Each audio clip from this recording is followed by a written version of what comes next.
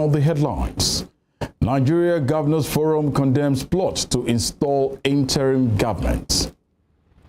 Pirates abandon hijacked Danish-owned ship, taking some crew members hostage. New York City indicts Donald Trump, making him the first former U.S. president to face criminal charges. My name is Tunde Ido. We begin in Nigeria, where the Nigeria Governors Forum, NGF, has condemned the alleged plots to install an interim government other than the recently elected executives waiting to be sworn in on May 29th this year. The chairman of the forum, Governor Aminu Tambuwal, in a statement noted that the governors will do all they can to defend the country's democracy, as the forum will not support any unconstitutional regime change.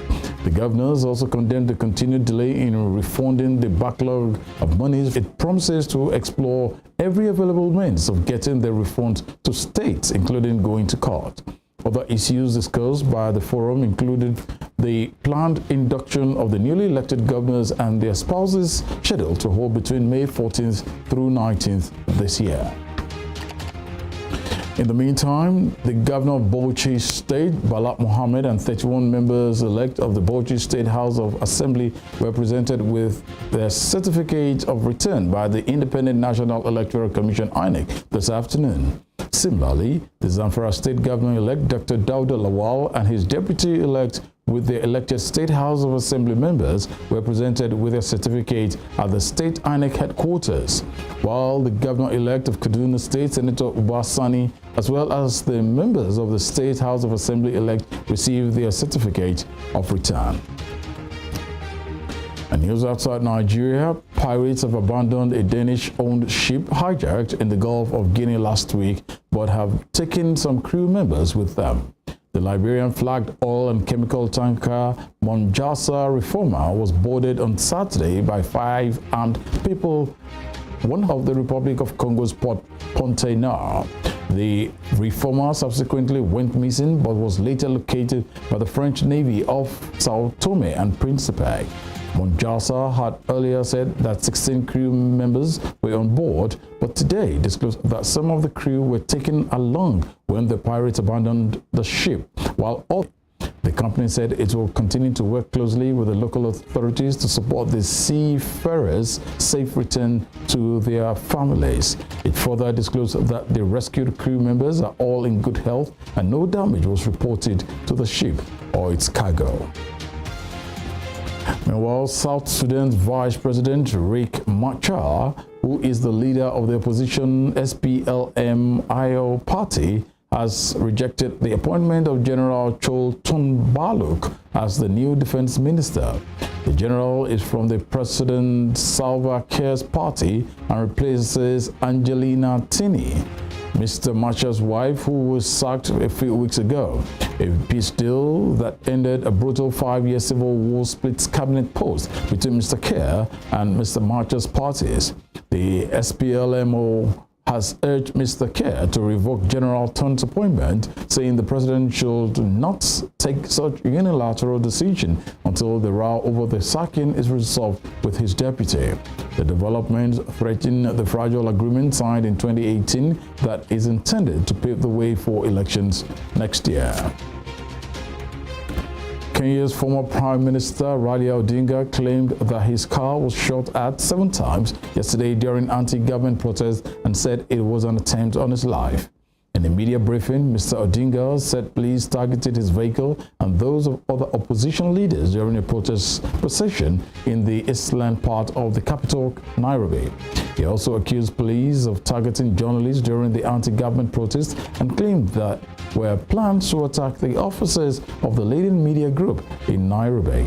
Mr. Odinga also revealed the opposition will hold a major protest on Monday, April 3rd, to pressure the government to lower the cost of living and carry out electoral reforms, amongst other demands. In the United Kingdom, Prime Minister Rishi Sunak has promised a clampdown on potholes as campaigning for the local election gets underway. On a visit to Darlington in northeast England, he said new powers will help ensure firms repair roads properly after carrying out works through more fines and inspections. Some 230 councils across England are holding elections on May the 4th. The Conservative are currently the largest party on Darlington Council after Labour lost control of the council elections. Meanwhile, Labour leader Sir Keir Starmer says the party will freeze council tax this year if it was in government. In a speech in Sweden, Sir Keir said freezing council tax was a tax code for the 99% of working people compared with the tax code for the richest 1% under the Tories government. We have to send a message to this government. It's not good enough. It's nowhere near good enough. 7 million people on NHS waiting lists. Crime going virtually unpunished. And yet more tax rises in the middle of a cost of living crisis. Does anyone seriously think that Britain can't do better than this? To the Russia-Ukraine war, Spanish Prime Minister Pedro Sanchez has expressed concern over Russia's invasion of Ukraine during a meeting with Chinese President Xi Jinping. Mr. Sanchez made this known in a news briefing in Beijing after meeting the Chinese president. He disclosed that he encouraged President Xi to talk to President Zelensky of Ukraine and express support for Mr. Zelensky's peace formula announced last November. Mr. Sanchez added that his country wants to push for a balanced relationship with China based on reciprocity. However, Russia this morning dismissed the call made by Belarus President Alexander Lukashenko for a ceasefire in Ukraine, stating that any ceasefire right now will not help it achieve the goals of its special military operation. Kremlin spokesman Dmitry Peskov made this known, adding that parts of China's peace plan in Ukraine were unrealizable at the moment. In the meantime, U.S. President Joe Biden has called on Russia to free the Wall Street Journal reporter arrested on Thursday for espionage allegations. When asked about Evan Gershkovic's arrest, Mr. Biden told reporters that he should be let go, adding that there is a process. The Wall Street Journal has denied the allegation by the Russian Federal Security Service, FSB, and called for Mr.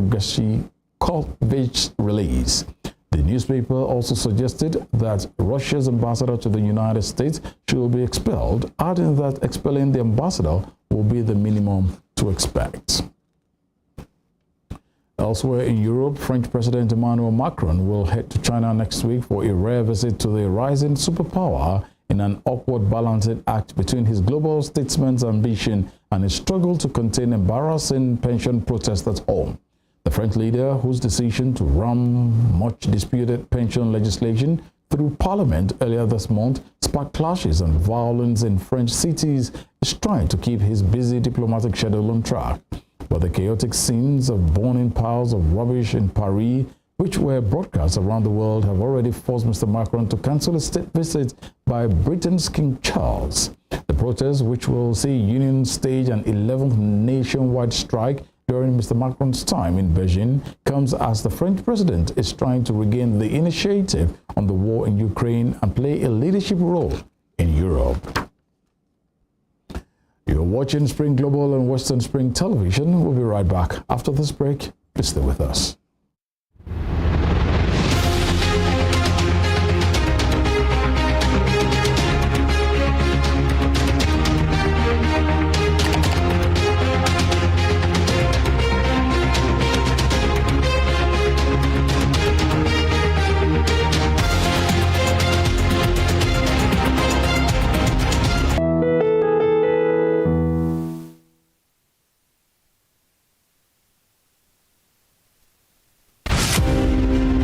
Badamasi Adegoke Adelabu was a prominent figure in Ibadan politics and Western region before Nigeria's independence. He was a key founder of the National Council of Nigeria and the Cameroons, a political party that held a lofty the touch of liberty for the two West African countries. He carved a niche for himself as a wordsmith and a creative speaker. The nickname Kwenkelemens was a natively corrupted version of Peculiar Mess. His bombastic English language style often used to score proceedings at the parliament. The author of Africa in Ebullition, a handbook of freedom for Nigerian nationalists, Minister of Natural Resources and Social Services between 1955 and 1956. He died in an auto crash on the 25th March 1958 at the age of 42. Western Spring Television identifies Adegoke Adelabu as a watershed character in history.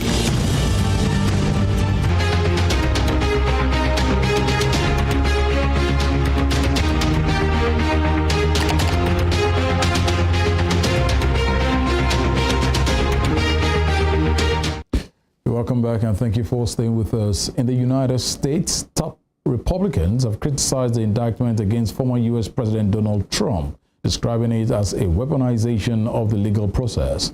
The Speaker of the House, Kevin McCarthy, challengers of Mr. Trump for the party's presidential ticket, Nikki Haley, Governor Ron DeSantis of Florida, all condemned the indictment. Those charges remain unclear, but they follow a year-long investigation into allegations that Mr. Trump authorized a $130,000 hush money payment to adult film actress Stormy Daniels ahead of the 2016 presidential election. Travel that the former president has to overcome as he becomes the first president to face criminal charges.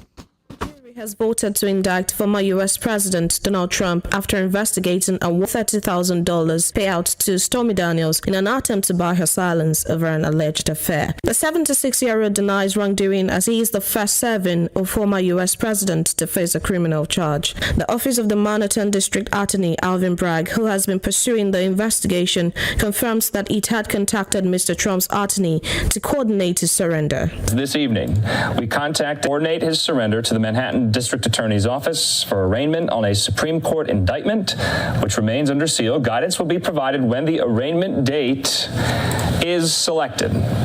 Mr. Trump is being investigated in several other cases, including probes into his role in the U.S. Capitol riot of January 2021, his efforts to overturn his loss in the state of Georgia in the 2020 election, and his handling of classified documents after leaving office. In total, he faces more than 30 counts. The ex-president, who lives in Florida, is expected to fly to New York on Monday and be arraigned in court on Tuesday to him at the hearing, which is set to last about 10 to 15 minutes. Meanwhile, in 2016, adult film star Stormy Daniels contacted media outlets offering to sell her account of what she said was an adulterous affair she had with Donald Trump in 2006, the year after he married his current wife, Melania. Mr. Trump's team got wind of this, and his lawyer, Michael Cohen, paid $130,000 to Ms. Daniels to keep quiet. According to reports, this is not illegal. However, when Mr. Trump reimbursed his lawyer, the record for the payment says it was for legal fees.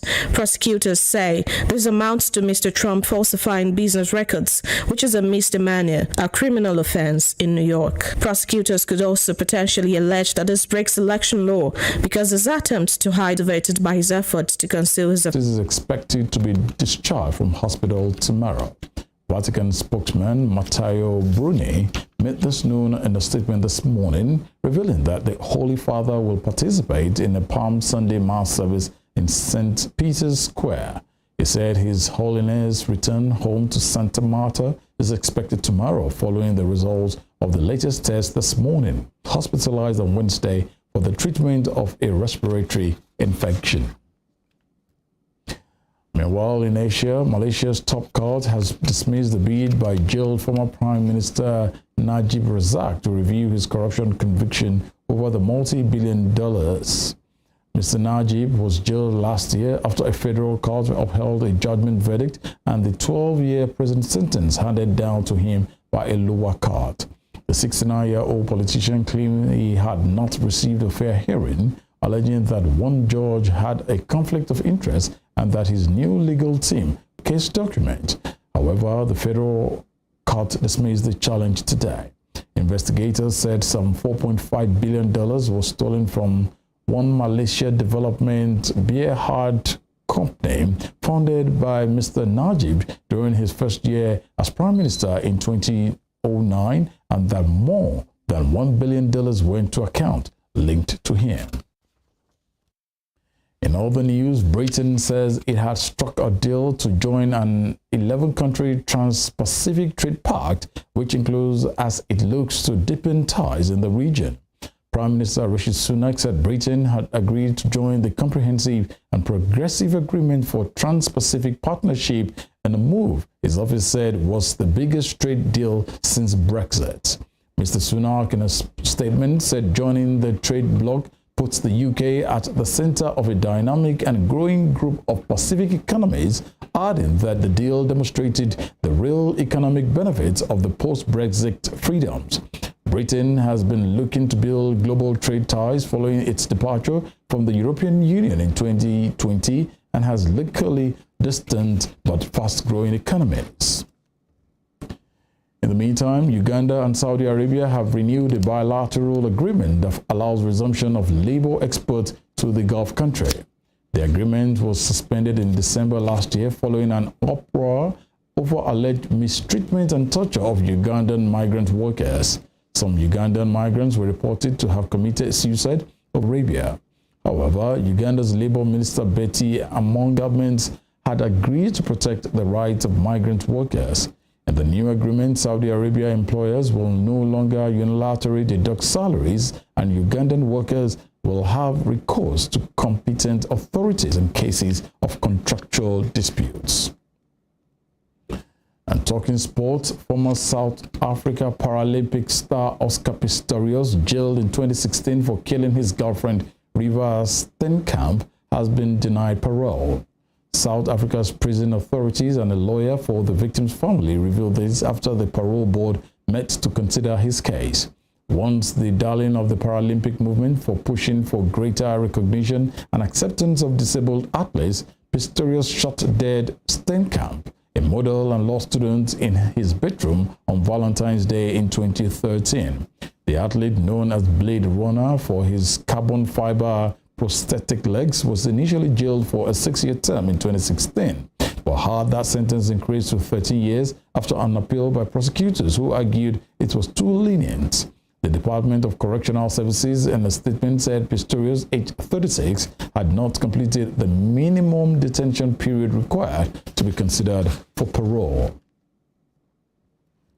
Russian and Belarusian players will be able to compete at Wimbledon this summer after the All England club lifted the ban it imposed last year. They were banned in response to Russia's invasion of Ukraine and the support provided by Belarus. Wimbledon starts this year on the 3rd of July at the All England Club AELTC. AELTC Chairman Ian Hewitt made this known, adding that players who will feature in this year's competition will be subjected to competing as neutral athletes and must comply with certain conditions. He added that this was an incredibly difficult decision, not taken lightly or without a great deal of consideration for those who will be impacted.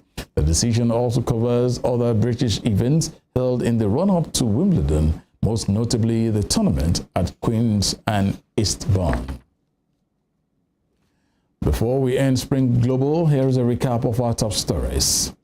The Nigeria Governors Forum has condemned the alleged plot to install an interim government other than the recently elected executives waiting to be sworn in on the 29th of May this year. Pirates have abandoned a Danish-owned ship hijacked in the Gulf of Guinea last week, but have taken some crew members with them. Top Republicans have criticized the indictment against former U.S. President Donald Trump, describing it as a weaponization of the legal process. You can follow us on our social media handles on Facebook, Instagram, and Twitter at Western Spring Television.